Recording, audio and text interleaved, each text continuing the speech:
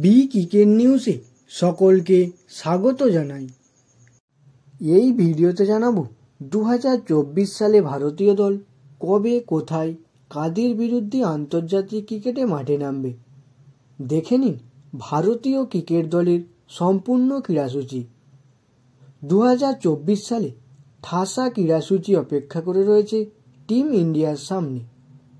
2024 সালে ভারতীয় ক্রিকেট দলের ক্রীড়াসূচি। জানুয়ারিতে দক্ষিণ আফ্রিকা সফরে দ্বিতীয় তথা শেষ টেস্টে মাঠে নামবে ভারত। ম্যাচ শুরু হবে আজ থেকে।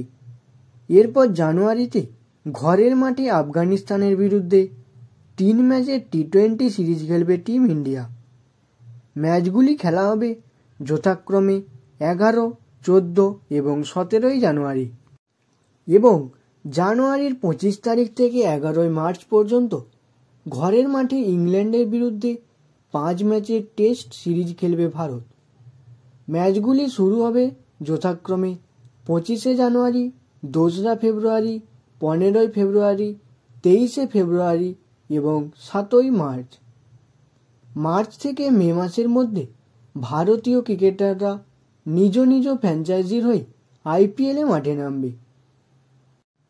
এরপর জুনের 3 অথবা 4 তারিখ থেকে 30 জুন পর্যন্ত খেলা হবে টি-20 বিশ্বকাপ।